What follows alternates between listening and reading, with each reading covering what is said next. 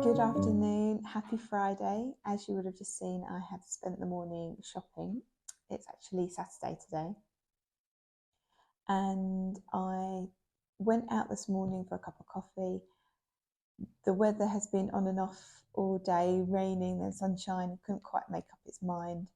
But overall, it's been a nice morning.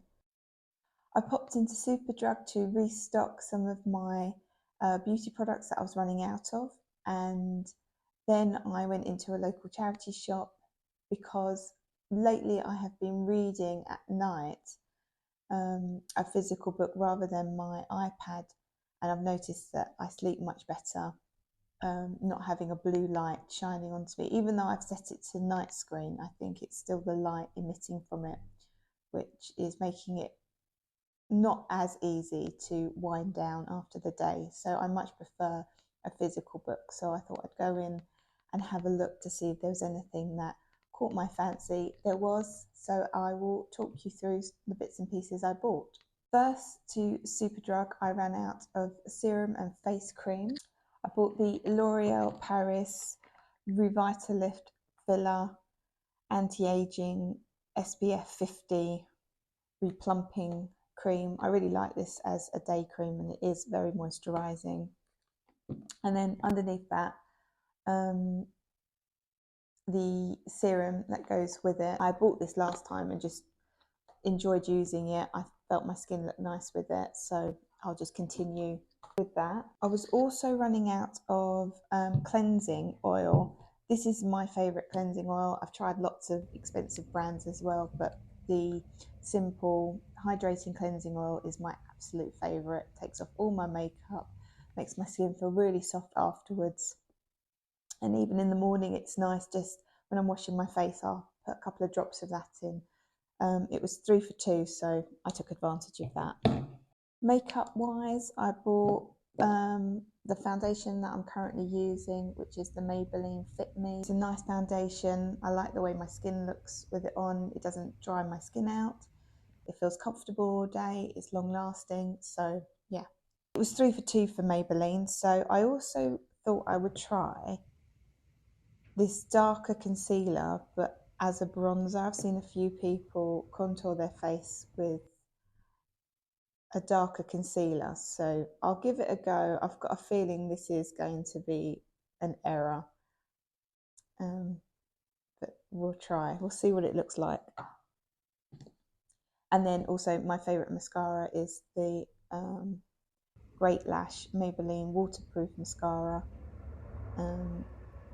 I have very short but heavy eyelashes, so the curl doesn't tend to stay in whatever mascara I put on them, apart from this one.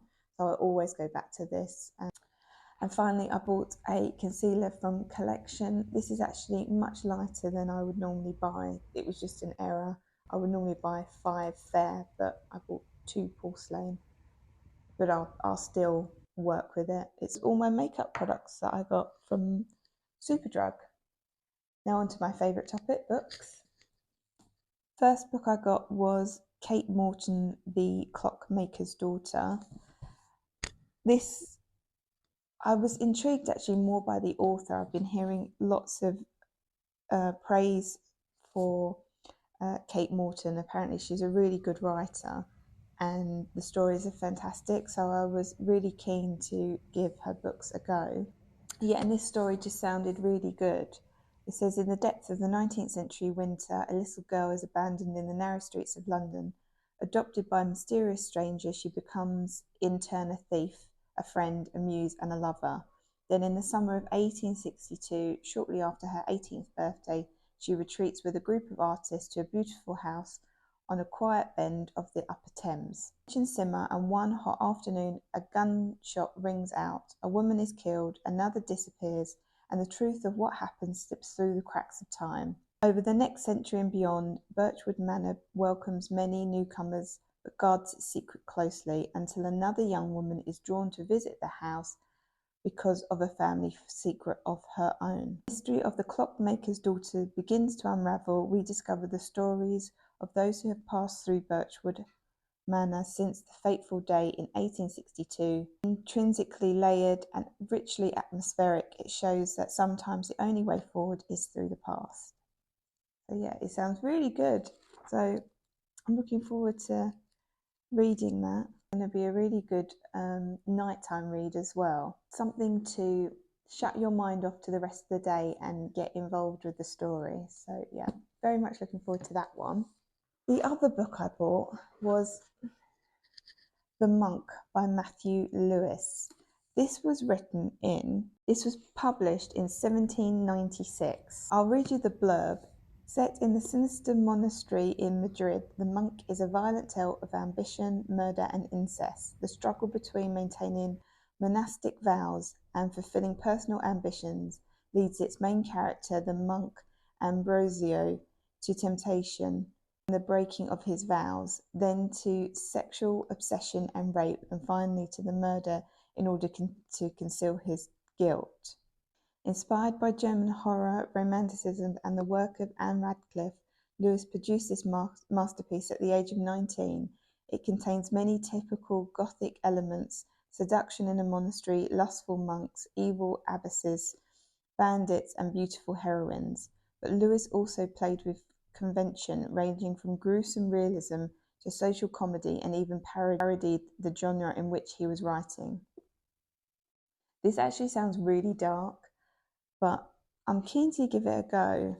Maybe not something I would read at night if it's gruesome. I'll let you know how I get on with that. And I think that is everything. I hope you enjoyed spending the morning shopping with me. I'm going to have some lunch, get into some comfies. I've got a few more chores to do, and then I'm going to hopefully spend the rest of the afternoon reading. So I hope you enjoyed this video. Thank you so much for watching, and I will see you next time. Thank you. Bye.